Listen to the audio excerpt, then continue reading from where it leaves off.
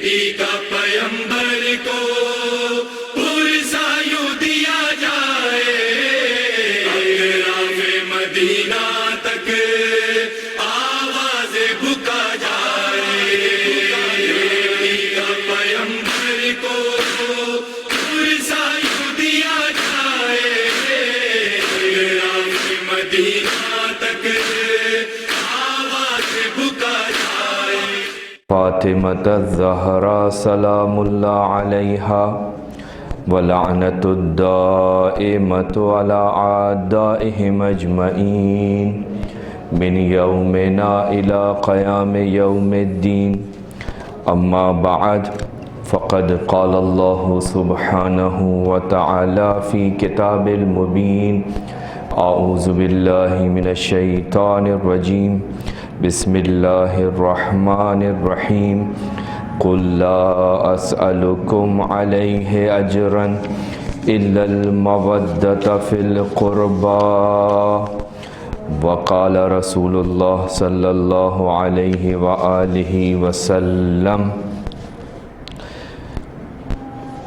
لفاطمہ سلام اللہ علیہا، ان اللہ یغضب لغضبها ویرضى لرضاها۔ صلوات پڑھتے محمد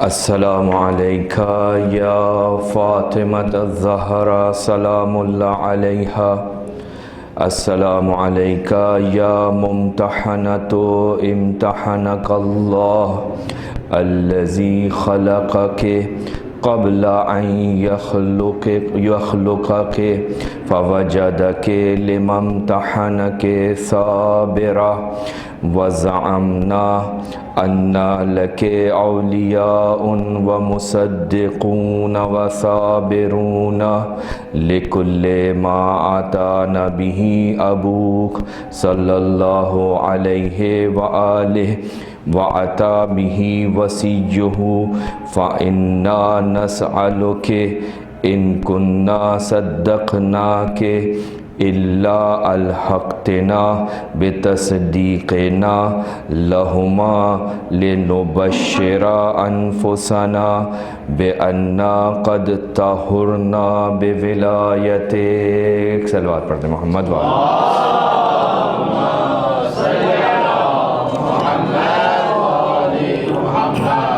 پروردگار آپ کی عبادات کو اپنی بارگاہ میں قبول فرمائے، آپ کو کوئی غم نہ دے سوائے غم اہل بیت کے۔ عزیزان محترم، گزشتہ روز آپ کی خدمت میں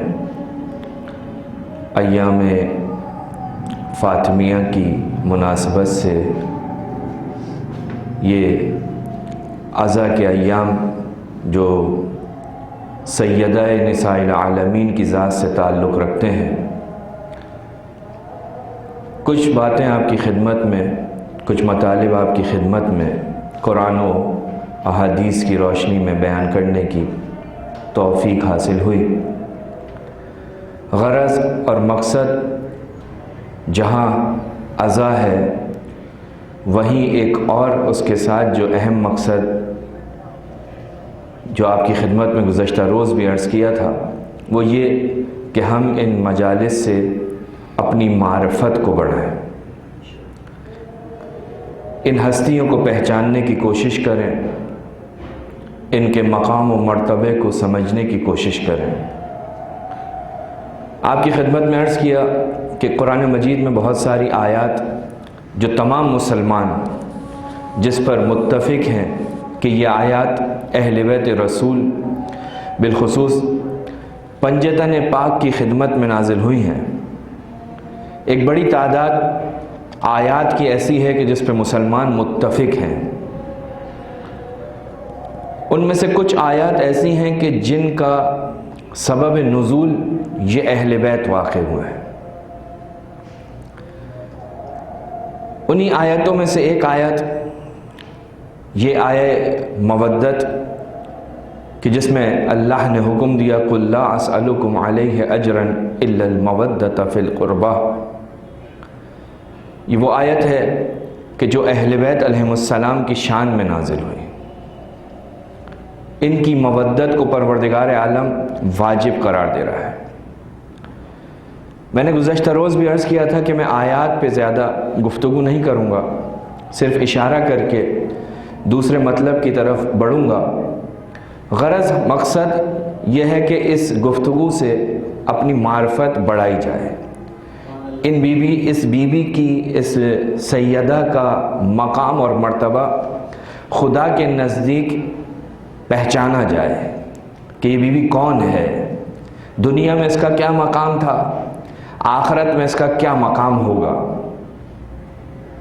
دنیا میں ایک خاص زمانے میں رہنے والے افراد نے اس بی بی کو دیکھا، لیکن جب قیامت ہوگی تو ساری کائنات اول سے لے کر آخر تک آنے والا ہر انسان محشر میں ہوگا، قیامت میں ہوگا، سب کو اٹھایا جائے گا، اور اس وقت اس بی بی کی عظمت اور اس بی بی کے مقام کو پروردگار عالم وہاں پر بیان کرے گا۔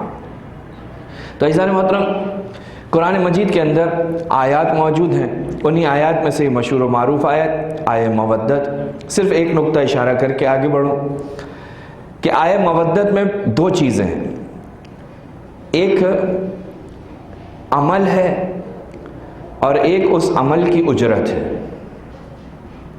عمل کا نام ہے مودت، عمل کا نام ہے محبت۔ قُلْ لَا أَسْأَلُكُمْ عَلَيْهِ أَجْرًا إِلَّا الْمَوَدَّةَ، ہم تم سے کیا چاہتے ہیں؟ مودت چاہتے ہیں۔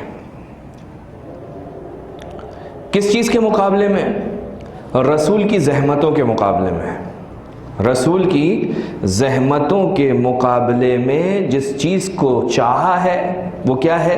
وہ ہے مودت اہل بیت۔ تمام مفسرین متفق ہیں اس بات پر کہ یہ جو مودت اہل بیت کا سوال ہوا ہے، جن لوگوں کی مودت کو مانگا گیا ہے، ان میں 5 لوگ شریک ہیں، 5 افراد قطعاً موجود ہیں، جنہیں آپ پنجتن کے عنوان سے یاد کرتے ہیں۔ رسول خدا ہیں، امیر المومنین ہیں، شہزادی کونین ہیں، امام حسن و امام حسین۔ ہمارے عقیدے کے مطابق اہل بیت کے اندر 14 معصومین آتے ہیں، لیکن یہاں تک پنجتن تک اگر ہم رکھیں، کون ہے؟ کہا قُلْ لَا أَسْأَلُكُمْ عَلَيْهِ أَجْرًا إِلَّا الْمَوَدَّةَ فِي الْقُرْبَى۔ قرابت دار، رسول کے قرابت دار کون ہیں؟ مختلف دلیلوں کے ذریعے ثابت کیا جاتا ہے کہ رسول کے قرابت دار یہ پنجتن ہیں۔ اس زمانے میں حد اقل جس زمانے میں یہ آیت نازل ہو رہی ہے، اس زمانے میں یہ ہستیاں موجود ہیں۔ اب رسول کی زحمتیں اور اس کے مقابلے میں جس چیز کو مانگا جا رہا ہے وہ ہے کیا؟ اجرت کے طور پر جس چیز کو مانگا جا رہا ہے وہ ہے مودت اہل بیت۔ تو عزیزان محترم، یہ بالکل سیدھا سادہ قاعدہ ہے، قانون ہے دنیا کا کہ اجرت ہمیشہ عمل کے مطابق ہونی چاہیے۔ یہ ایک عقلی قاعدہ ہے، دنیا میں کہیں پہ بھی چلے جائیں، اگر اجرت عمل کے مطابق نہ ہو تو اس اجرت دینے والے کے اوپر انگلیاں اٹھیں گی، اس پر اعتراض ہوگا۔ کیسے ہو سکتا ہے کہ آپ عمل زیادہ لے رہے ہیں یا عمل جو لے رہے ہیں اس کے مقابلے میں اجرت کم دے رہے ہیں؟ اجرت میں اور عمل میں مناسبت ہونی چاہیے۔ تو یہاں پر رسول کا عمل جس کے مقابلے میں اجرت قرار پا رہی ہے مودت اہل بیت، یہ مودت اہل بیت ایسی ہونی چاہیے، یا اس کا مقام وہ ہونا چاہیے، اس کا اثر وہ ہونا چاہیے کہ جو رسول کے عمل کا اثر کیا ہے؟ رسول کا عمل آیا ہے اس انسان کو اس دنیا میں اور اس دنیا میں سعادت تک پہنچانے کے لیے۔ رسول کو پروردگار عالم نے کیوں بھیجا؟ تاکہ یہ انسان کمال تک پہنچے، یہ انسان اس دنیا میں اور اس دنیا میں کامیاب ہو جائے۔ تو اب جب اس دنیا میں اور اس دنیا میں کامیاب ہونا اس انسان کا رسول کے عمل کی وجہ سے ہے، تو جو چیز اس کے مقابلے میں ہو وہ بھی اتنی ہی سنگین ہو۔ توجہ کیجیے گا، وہ چیز جو اس عمل رسول خدا کے مقابلے میں قرار پائے اس کو بھی اتنا ہی سنگین ہونا چاہیے کہ جس طرح سے یہ رسول کا عمل انسان کو دنیا اور آخرت میں نجات دلا رہا ہے، دنیا اور آخرت میں کامیاب کر رہا ہے، تو اب وہ چیز جو اس کے اجر کے طور پر واقع ہو رہی ہو اسے بھی ایسا ہی ہونا چاہیے کہ وہ اس دنیا اور آخرت میں انسان کو کامیاب کرے۔ لہٰذا اب پروردگار عالم جو اس عمل رسول کے مقابلے میں جس چیز کو رکھ رہا ہے اس کا نام ہے مودت اہل بیت۔ کس کی محبت؟ فاطمہ زہرا کی محبت۔ کس کی محبت؟ مسلم ہے نا، رسول کے قرابت داروں میں ایک شخصیت کا نام ہے فاطمہ زہرا، کوئی اعتراض نہیں کر سکتا، ممکن ہے دوسروں پہ اعتراض کر دیں لیکن جناب سیدہ کے بارے میں کوئی انسان بھی اعتراض نہیں کر سکتا۔ تو عزیزان محترم، یہ جو اجرت کے طور پر سیدہ کی محبت کا تقاضا کیا جا رہا ہے تو سیدہ کی محبت کا وزن اتنا ہی ہونا چاہیے جتنے رسول کے عمل کا وزن ہے۔ جتنا وزن، جتنا سنگینی اس رسول کے عمل میں پائی جاتی ہے اس کے مقابلے میں جو چیز واقع ہو رہی ہے اس کے اندر بھی اتنی ہی سنگینی ہونی چاہیے۔ بس جس طرح سے رسول کی تبلیغ، رسول کا کار رسالت انسان کو دنیا اور آخرت میں کامیاب کرائے گا، اسی طرح سے اس کے مقابلے میں پائی جانے والی یہ محبت اہل بیت، یہ محبت سیدہ نساء العالمین کو بھی اتنا ہی سنگین ہونا چاہیے کہ اس انسان کو کہ جس کے دل میں یہ محبت ہو اسے دنیا اور آخرت میں کامیاب کر دے۔ ایک سلوات پڑھیں محمد والے۔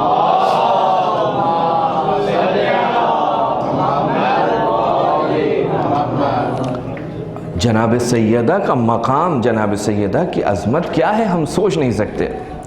بہت ساری روایتیں ہم نے سنی ہیں، بہت ساری ہم نے روایتیں پڑھی ہیں۔ سیدہ نساء العالمین کون ہے؟ بہجت قلبی۔ کون ہے فاطمہ؟ رسول خدا فرما رہے ہیں کہ فاطمہ میرا ٹکڑا ہے۔ فاطمہ کا احترام، فاطمہ کا مقام، فاطمہ کی عظمت دنیا والوں کو، مکے اور مدینے کے رہنے والوں کو پروردگار عالم اپنے حبیب کے ذریعے بیان کر رہا ہے۔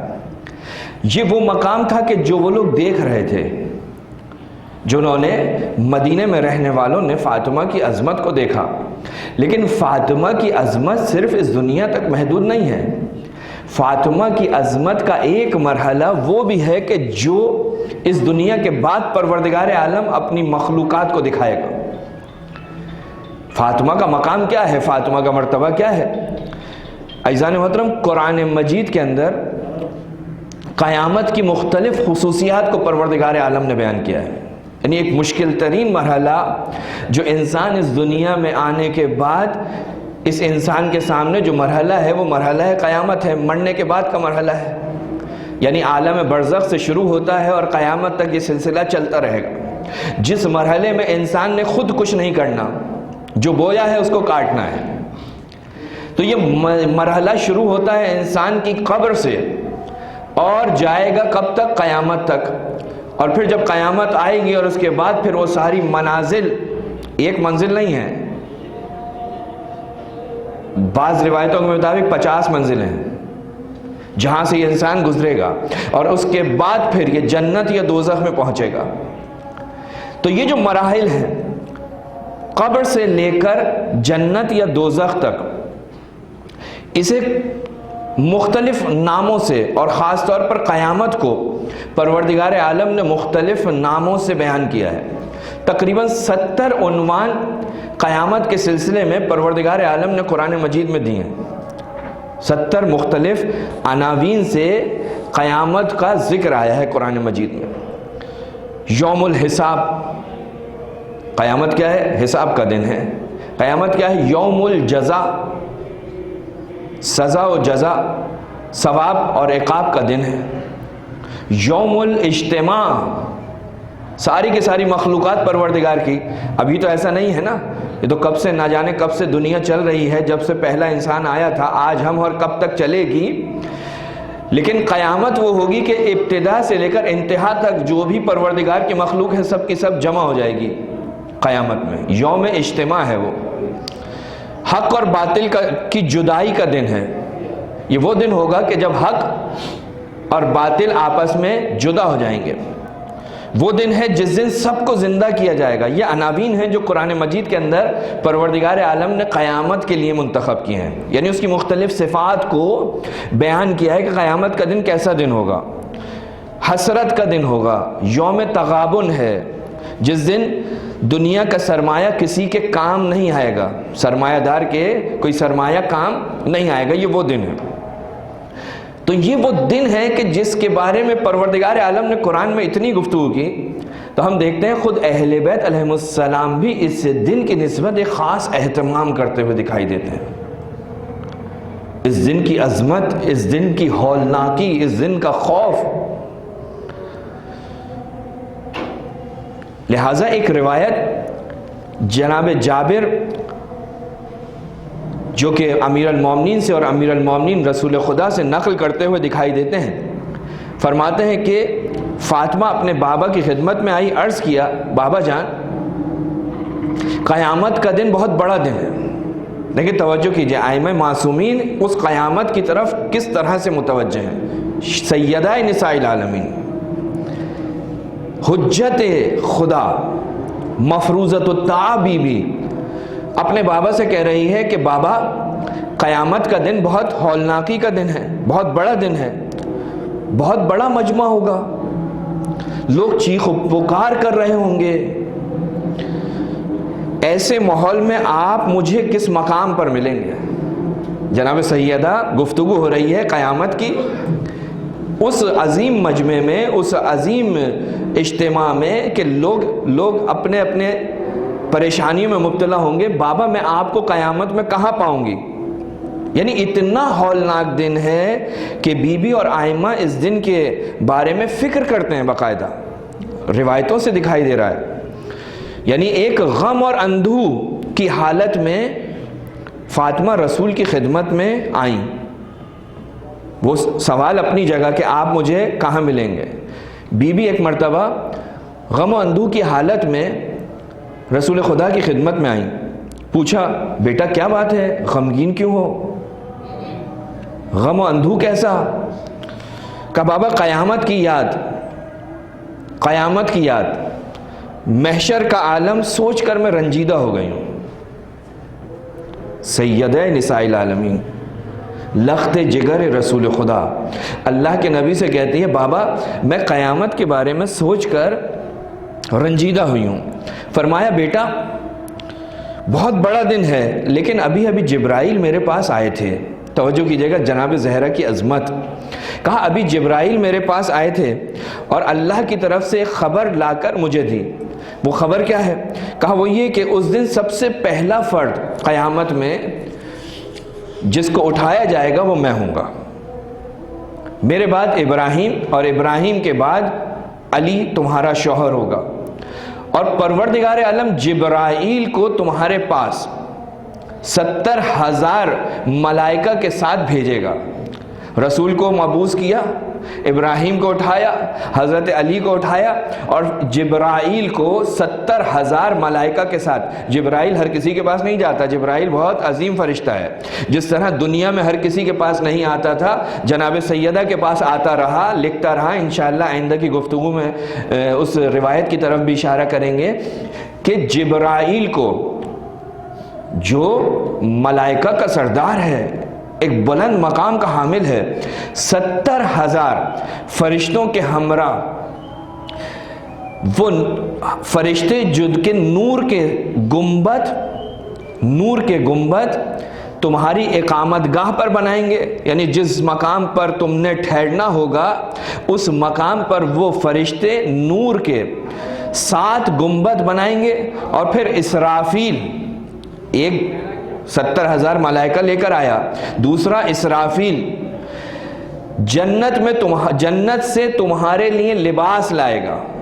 دیکھیں ابھی جنت میں داخل ہونے کا مرحلہ نہیں آیا, ابھی قیامت آئی ہے, اور قیامت کے بعد یہ مرحلہ گفتگو شروع ہو رہی ہے.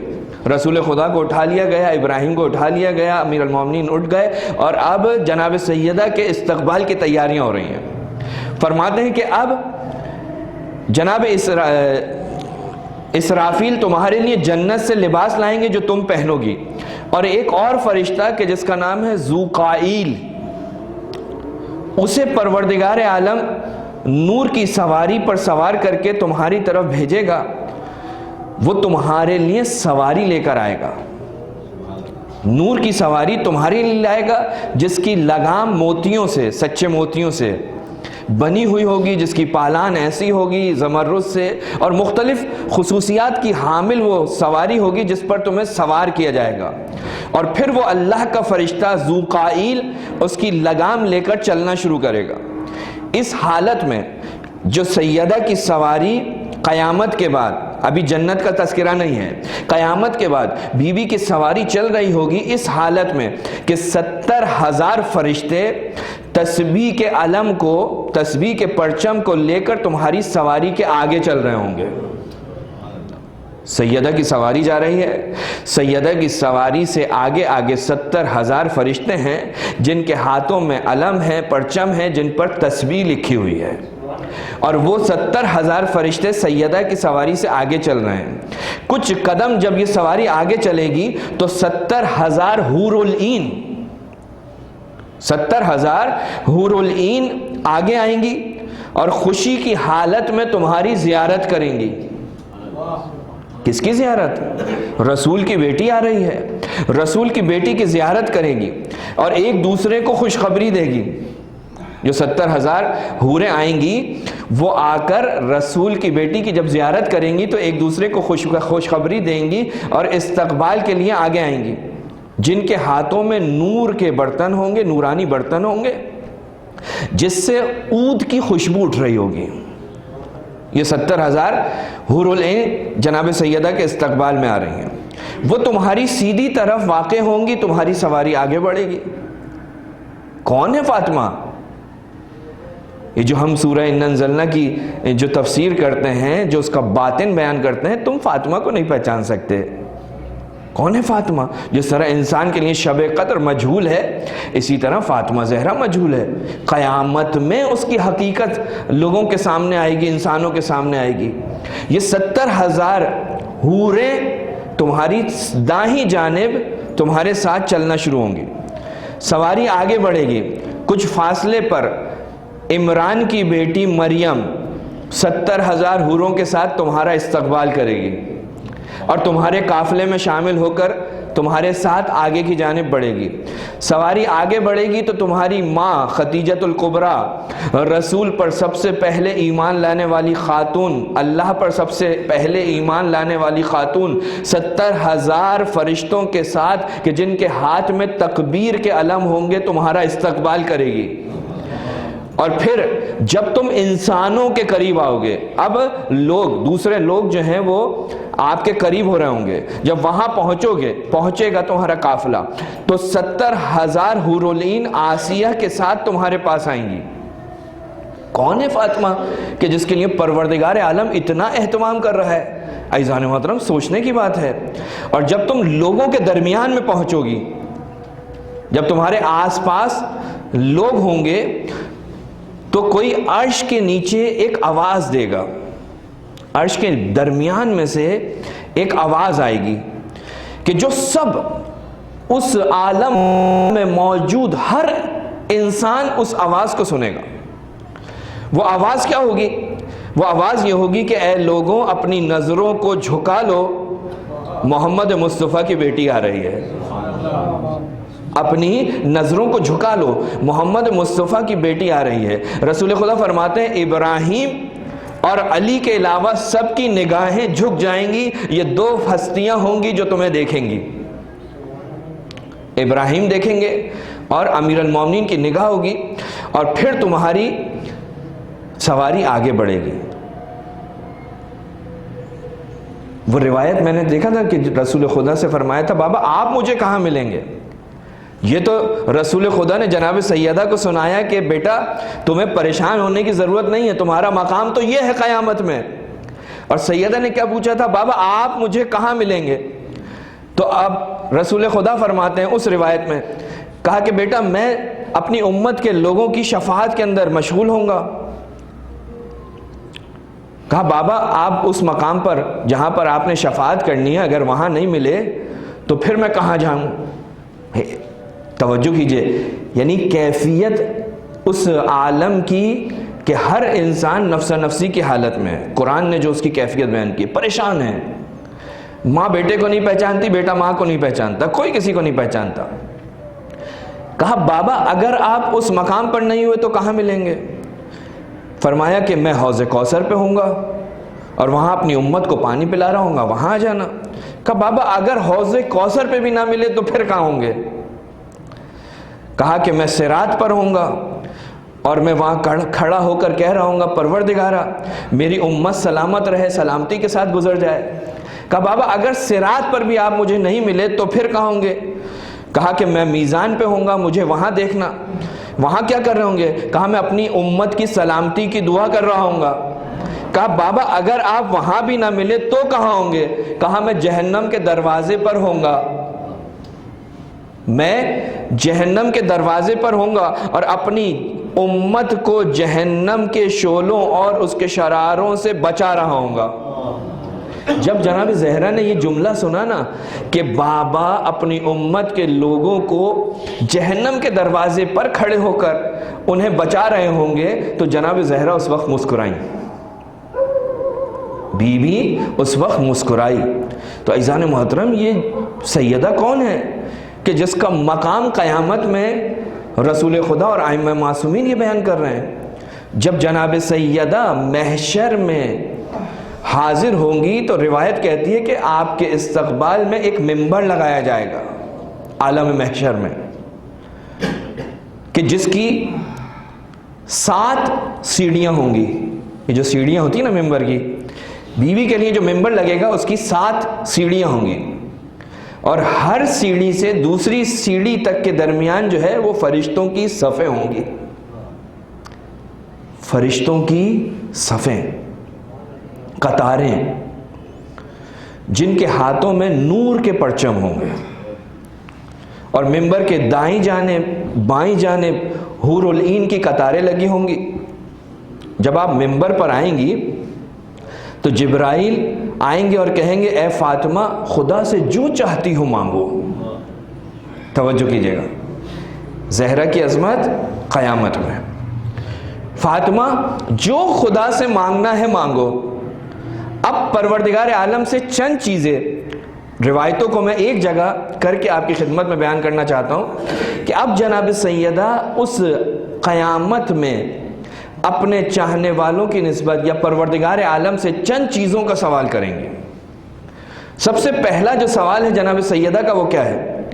پروردگار کی بارگاہ عدالت میں سیدہ شکایت کریں گی اور درخواست کریں گی کہ وہ ظالموں کی، ان ظالموں نے جو میرے بعد میری اولاد کے ساتھ کیا، پروردگارہ ان لوگوں کے درمیان اور میرے درمیان فیصلہ کر. یعنی ایک کام جو وہاں پر جناب سیدہ کرنے والی ہیں وہ یہ ہے، پروردگارہ ظالموں اور میرے درمیان تو فیصلہ کر، میرے بیٹے کے قاتل اور میرے درمیان فیصلہ کر. بعض روایتوں کے مطابق ملتا ہے کہ جناب زہرا کے ہاتھ میں خون بھرا کرتا ہوگا اور کہیں گی کہ اے عادل اور غالب خدا میرے اور میرے بیٹے کے درمیان تو فیصلہ کر. رسول خدا فرماتے ہیں پروردگار عالم حکم صادر کرے گا اس وقت اور جناب سیدہ کے حق میں فیصلہ ہوگا. یہ پہلی درخواست. دوسری درخواست پروردگار عالم سے کیا ہوگی سیدہ کی؟ کہا میرے حسن و حسین کو دکھا، میں چاہتی ہوں اپنے حسن اور حسین کو دیکھوں. کہا اس وقت حسن اور حسین کو فاطمہ کی طرف بھیجا جائے گا. اور کس حالت میں حسین فاطمہ کے پاس آئیں گے؟ اب یہاں پر 2 روایتیں ہیں. ایک روایت کے مطابق جناب سیدہ کے سامنے جب آپ کا فرزند آئے گا تو گردن کٹی ہوئی ہوگی، گلے کی رگوں سے خون نکل رہا ہوگا. بعض روایتوں میں ہے کہ کٹا ہوا سر حسین کے ہاتھ میں ہوگا اور حسین اپنی ماں کے قریب آئیں گے. اب امام صادق علیہ السلام فرماتے ہیں کہ جب یہ امام آ رہے ہوں گے تو اس وقت فاطمہ زہرا جب اس منظر کو دیکھ کر گریہ کریں گی تو کوئی ایسی مخلوق نہیں ہوگی کہ جو فاطمہ کے گریے کے اوپر گریہ کنہ نہ ہو. عرش پر ساری مخلوق گریہ کناں ہوگی. یہ دوسری درخواست. اس وقت پھر ایک پروردگار عالم جو ہے وہ آگ مہیا کرے گا اور اس آگ کے اندر ان دشمنان سید الشہداء کو، قاتلان اولاد زہرا کو اس آگ کے اندر ڈالے گا. یہ دوسری درخواست. تیسری درخواست، جناب سیدہ قیامت میں اپنے چاہنے والوں کی شفاعت کریں گی. توجہ کیجئے گا، یہ روایات کا ایک مجموعہ ہے جن سے میں آپ کی خدمت میں عرض کر رہا ہوں. پہلی درخواست عدالت، دوسری درخواست عذاب قاتلان اولاد زہرا اور بچوں کو دیکھنے کی درخواست. تیسری درخواست جو ہے سیدہ کی وہ کیا ہے؟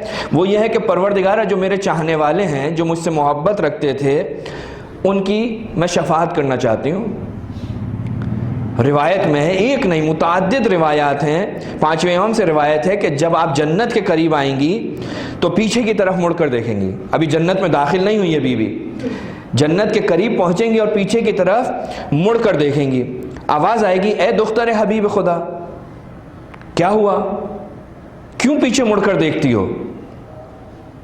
بی بی جنت میں داخل ہونا چاہتی ہیں لیکن پیچھے کی طرف مڑ کر دیکھ رہی ہیں. جنت میں داخل ہو جاؤ، کس چیز کی وجہ سے تم پریشان ہو؟ اب تو جواب آئے گا، خدایا چاہتی ہوں کہ اس دن شفاعت کے ذریعے اپنا مقام اور مرتبہ اور اپنی عظمت جان سکوں.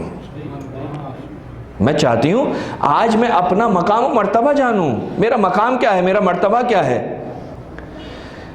اب آواز آئے گی، اے دختر حبیب واپس جاؤ، واپس جاؤ، پلٹ جاؤ اور لوگوں میں دیکھو جس کے دل میں تمہاری محبت ہے. توجہ کیجئے گا، توجہ کیجئے گا. اب قیامت میں، ابھی جنت اور دوزخ کی بات نہیں ہوئی، جنت سے پہلے کا مرحلہ ہے. اب جناب سیدہ سے کہا جائے گا، کہا دیکھو جس کے دل میں تمہاری محبت یا تمہاری اولاد کی محبت ہے اسے جنت میں اپنے ساتھ لے جاؤ. یا ایک دوسری روایت میں جملہ ملتا ہے کہ قیامت میں ہر فرد کی پیشانی پر مومن یا کافر لکھا ہوگا، مومن یا کافر. اب جناب سیدہ سے کہا جائے گا کہ دیکھو مومنوں کو لے جائیں گی، لیکن ایک مرتبہ جناب سیدہ دیکھیں گی کہ ایک شخص ہے جس کی پیشانی پہ تو مومن لکھا ہے لیکن گناہ اتنے زیادہ ہیں اس کو دوزخ کی طرف لے جایا جا رہا ہے. بی بی کہیں گی، پروردگارہ تو نے مجھے فاطمہ کہا ہے اور میرے بچوں کے چاہنے والوں کو میرے وسیلے سے تو جہنم سے دور کرنے کا تو نے وعدہ کیا ہے، پھر یہ جو میرا چاہنے والا ہے اس کو جہنم کی طرف کیوں بھیجتا ہے؟ تو اس وقت آواز آئے گی، فاطمہ تو سچ کہتی ہے اور میں نے تیرا نام فاطمہ رکھا ہے اور تیرے وسیلے سے تیرے اور تیری اولاد کے چاہنے والوں کو جہنم کی آگ سے دور رکھنے کا وعدہ میں نے کیا ہے. تیری وجہ سے، تیری محبت کی وجہ سے میں نے وعدہ کیا ہے کہ میں انہیں جہنم سے دور رکھوں گا اور میں وعدہ خلافی نہیں کرتا. یہ جو تو دیکھ رہی ہے نا، یہ جو میں نے حکم دیا ہے اسے دوزخ کی طرف لے جانے کا اس وجہ سے دیا ہے کہ تو اس کی جا کر شفاعت کر. یہ جو گناہوں میں غرق ہے تو اس کی جا کر شفاعت کر تاکہ لوگوں کے سامنے تیری مقام و عظمت ظاہر ہو سکے. یعنی کیا ہے مقام؟ عزیزان محترم، دنیا کو تو چھوڑ دیجئے، آخرت میں اس بی بی کا کیا مرتبہ ہے، کیا مقام ہے، کیا عظمت ہے. نہ صرف روایت یہ کہتی ہے کہ بی بی کو یہ مرتبہ اور مقام حاصل ہوگا، بلکہ وہ جو بی بی کی محبت اپنے دل میں رکھتے ہیں پروردگار عالم قیامت میں ان کو شفاعت کا موقع دے گا. کیا ہے؟ سمجھ میں نہ آنے والی چیز ہے. یعنی اگر کوئی انسان اس بی بی کی اولاد کی محبت لے کر اس دنیا سے چلا گیا تو وہ قیامت میں اس مقام پر فائز ہو سکتا ہے. اتنی عظمت. پانچویں امام سے جابر روایت کرتے ہیں کہ جب فاطمہ کے شیعہ جنت میں داخل ہو رہے ہوں گے تو خدا ان کے دل میں ڈالے گا. کیا ڈالے گا؟ کہ وہ پیچھے کی طرف دیکھیں. عجیب روایت ہے.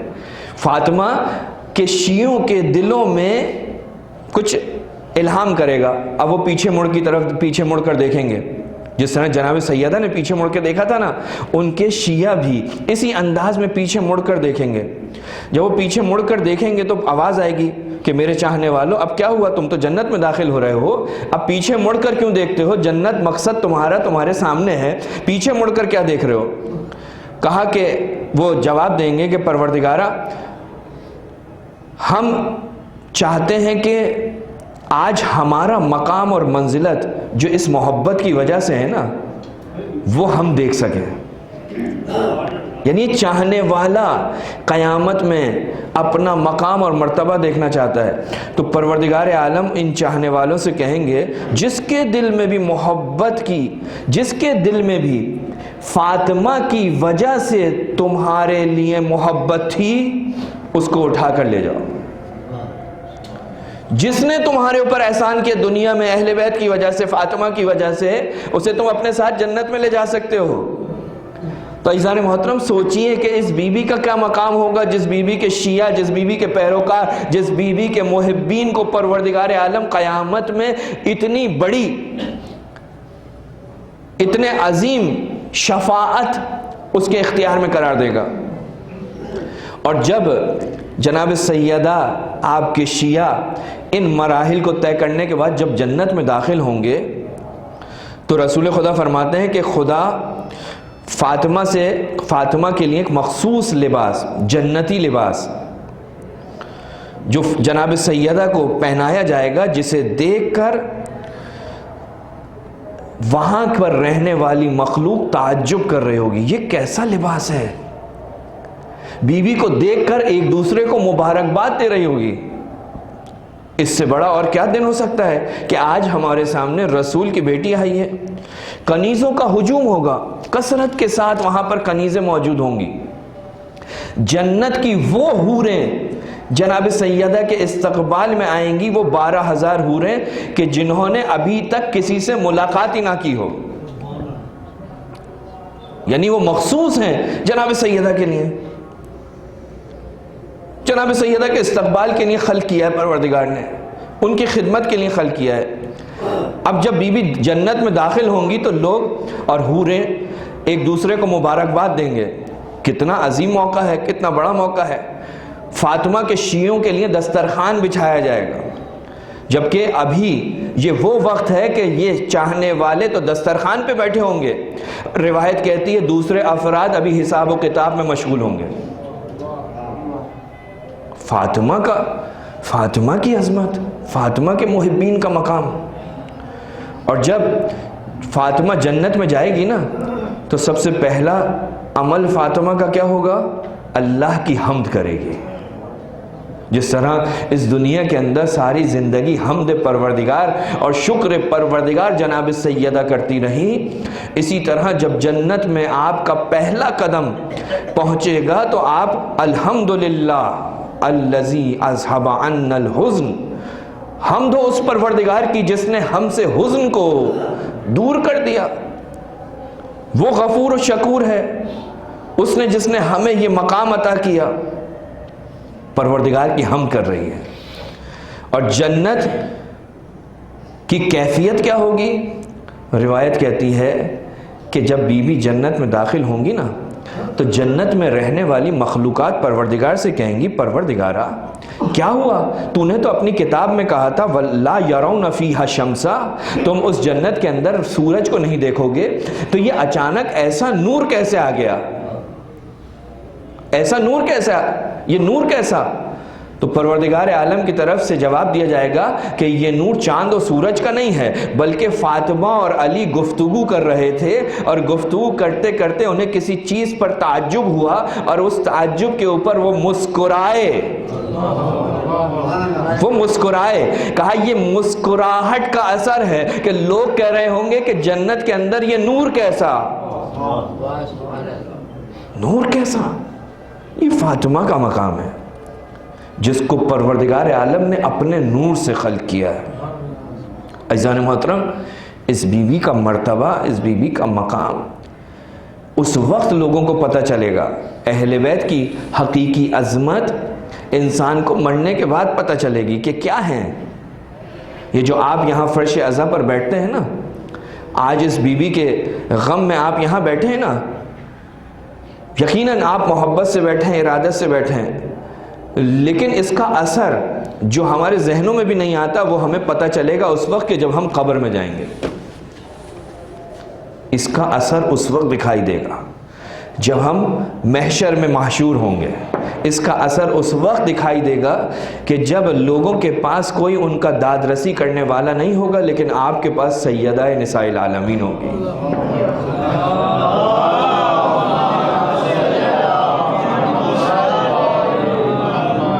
وہ بی بی جس کا یہ مقام ہے، جس کی یہ عظمت ہے، پہچانیے سیدہ کوئی عظمت کو پہچانیے۔ اس سے پہلے کہ ہم اس دنیا سے اٹھ جائیں، ہمیں اس بی بی کی معرفت حاصل ہو جائے۔ تو عزیزان محترم، یہ وہ بی بی ہے جس کا مقام اللہ کا نبی ائمہ معصومین بیان کر رہے ہیں کہ کل جنت میں فاطمہ کا یہ مقام ہے، یہ مرتبہ ہے۔ رسول خدا بتا رہے ہیں، لیکن عجیب بات ہے کہ رسول خدا کے بعد اس بی بی کے ساتھ کیا کیا جا رہا ہے۔ تاریخ نے لکھا کہ رسول خدا کہ جب آخری ایام تھے نا، تو رسول خدا نے وصیتیں کرنا شروع کی ہیں۔ بنی ہاشم کو بلایا، وصیتیں کی، ازواج کو بلا کر وصیتیں کی، اصحاب کے درمیان وصیتیں کی، رسول خدا نے مختلف وصیتیں کی۔ آپ جانتے ہیں نا، رسول خدا علی اور زہرا کے قریب ہیں، علی اور زہرا رسول کے ساتھ ہیں، اور وہ وقت بھی یاد ہے آپ کو کہ کس طرح سے فاطمہ رسول کی خدمت کر رہی ہے اور رسول کی طبیعت کو دیکھ کر غمگین ہے۔ جب کوئی دروازہ کھٹکھٹاتا ہے نا تو فاطمہ کی آنکھوں سے آنسو جاری ہو جاتے ہیں کہ میرے بابا کو کوئی سکون مل جائے، ابھی سوئے ہیں، ابھی سوئے ہیں، میں نہیں چاہتی کہ اپنے بابا کی نیند خراب کروں۔ ہاں عزیزو، رسول کا جب آخری وقت آیا، رسول نے وصیتیں کرنا شروع کی۔ تاریخ میں ملتا ہے، حدیث میں ملتا ہے کہ ایک مرتبہ رسول خدا نے جب ساری وصیتیں کر دیں تو آخر میں علی و بطول کو بلایا اور اب امیر المومنین سے وصیت کرنا شروع کی۔ بس ایک روایت اور اپنی گفتگو کو مکمل کروں۔ اب امیر المومنین سے گفتگو کرنا چاہ رہا ہے اللہ کا نبی، لیکن اب یہ وصیت جو رسول خدا کر رہے ہیں، یہ رسول خدا نہیں کر رہے، بلکہ یہ وصیت لے کر آیا ہے جبرائیل، یہ لے کر آیا ہے میکائیل، رسول کے سامنے بیٹھا ہوا ہے اور رسول سے کہتا ہے پروردگار عالم نے ہمیں بھیجا ہے اور ہم سے یہ کہا ہے کہ علی سے کچھ عہد و پیمان لے کر آؤ، جب تک علی عہد و پیمان نہیں باندھ لیتا اس وقت تک واپس مت آنا۔ آپ جانتے ہیں نا علی کو، علی کون ہے؟ اصبر الصابرین۔ امیر المومنین کی جب آپ زیارت کرتے ہیں نا تو ایک زیارت کے اندر آپ یہ کہتے ہیں السلام علیکہ یا اصبر الصابرین، اے صابر ترین امام آپ پر میرا سلام۔ جس نے 25 برس صبر کیا، اب اس کو اللہ کا نبی پروردگار عالم کی جانب سے بھیجے ہوئے عہد و پیمان کا ذکر کرے گا۔ اب جبرائیل کہتا جاتا ہے اور علی سنتے جاتے ہیں۔ روایت کہتی ہے ایک مرتبہ اللہ کے نبی نے کہا اے علی، جبرائیل مجھ سے کہتا ہے کہ علی سے کہیے کہ رسول کے جانے کے بعد علی تمہارا حق غصب کر لیا جائے گا، تمہیں صبر کرنا پڑے گا۔ ایک مرتبہ مولا کائنات نے کہا اے اللہ کے نبی جبرائیل سے کہیے علی صبر کرے گا، علی صبر کرے گا۔ کہا دوسری بات جبرائیل یہ کہتا ہے کہ اے اللہ کے نبی علی سے کہیے کہ تمہیں تمہارے بعد تمہارے سر کو خون سے خضاب سے تمہاری داڑھی کو رنگین کیا جائے گا، تمہیں صبر کرنا پڑے گا۔ علی نے کہا اے اللہ کے نبی جبرائیل سے کہیے میں صبر کروں گا۔ ایک مرتبہ جب تیسرا جملہ کہا نا تو اب علی سے برداشت نہیں ہوا، اب علی سے برداشت نہیں ہوا۔ وہ جملہ کیا تھا؟ وہ جملہ یہ تھا کہ اے علی میرے جانے کے بعد تمہارے سامنے ایک وقت ایسا بھی آئے گا کہ تمہارا حق تو غصب ہوگا لیکن تمہاری آنکھوں کے سامنے زہرا کی شان میں گستاخی ہوگی، ارے زہرا پر درہ مارا جائے گا، ارے تمہیں صبر کرنا پڑے گا۔ روایت کہتی ہے فوقع علی الارض، ارے علی زمین پر غش کھا کر گرے۔ علی زمین پر گرے۔ ایک مرتبہ جب علی دوبارہ اٹھے تو پھر دوبارہ اللہ کے نبی نے کہا اے علی، جبرائیل کہتا ہے جب تک علی وعدہ نہیں کرتا میں واپس نہیں جاؤں گا۔ عزیزو، ایک مرتبہ امیر المومنین نے کہا کہ اے اللہ کے نبی، علی وعدہ کرتا ہے، علی صبر کرے گا۔ میں کہوں گا مولا آپ نے صبر کیا لیکن آپ کے سامنے ارے یہ ایک مرتبہ ہوا، ذرا کربلا میں علی کے سامنے آئیے، ارے آپ کا بیٹا علی ابن الحسین ارے کربلا میں کتنا مظلوم ہے، کتنا صبر کرتا ہے، کبھی پھوپھی کے سر سے چادر چھنتی ہے، کبھی بہن کی چادر چھنتی ہے، کبھی تماچے مارے جاتے ہیں، کبھی بہن کے گوشوارے چھینے جاتے ہیں، لیکن علی ابن الحسین کربلا میں صبر کرتا۔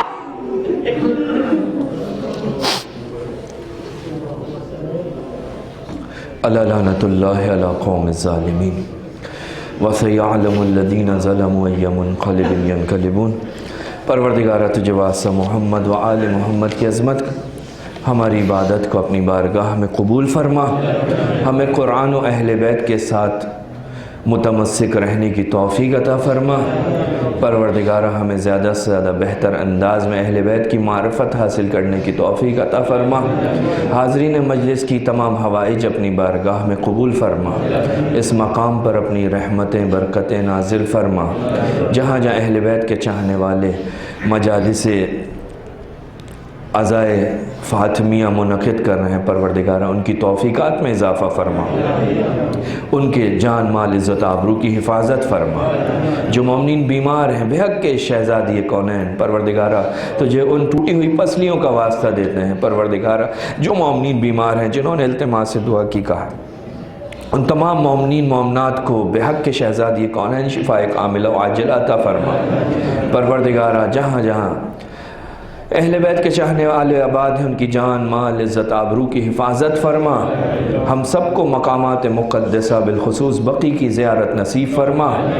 پروردگارہ اس وبا کرونا کا جلد از جلد خاتمہ فرما، ہمارے مرحومین کی مغفرت فرما، ہمارے وقت کے امام کے ظہور میں تعجیل فرما، ہمیں ان کے اعوان و انصار میں شامل فرما۔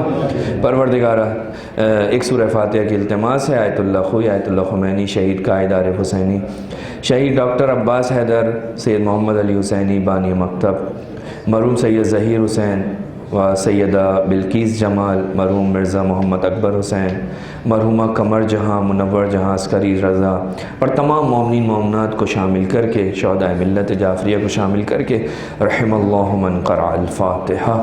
بسم اللہ الرحمن الرحیم، الحمدللہ رب العالمین الرحمن الرحیم مالک یوم الدین۔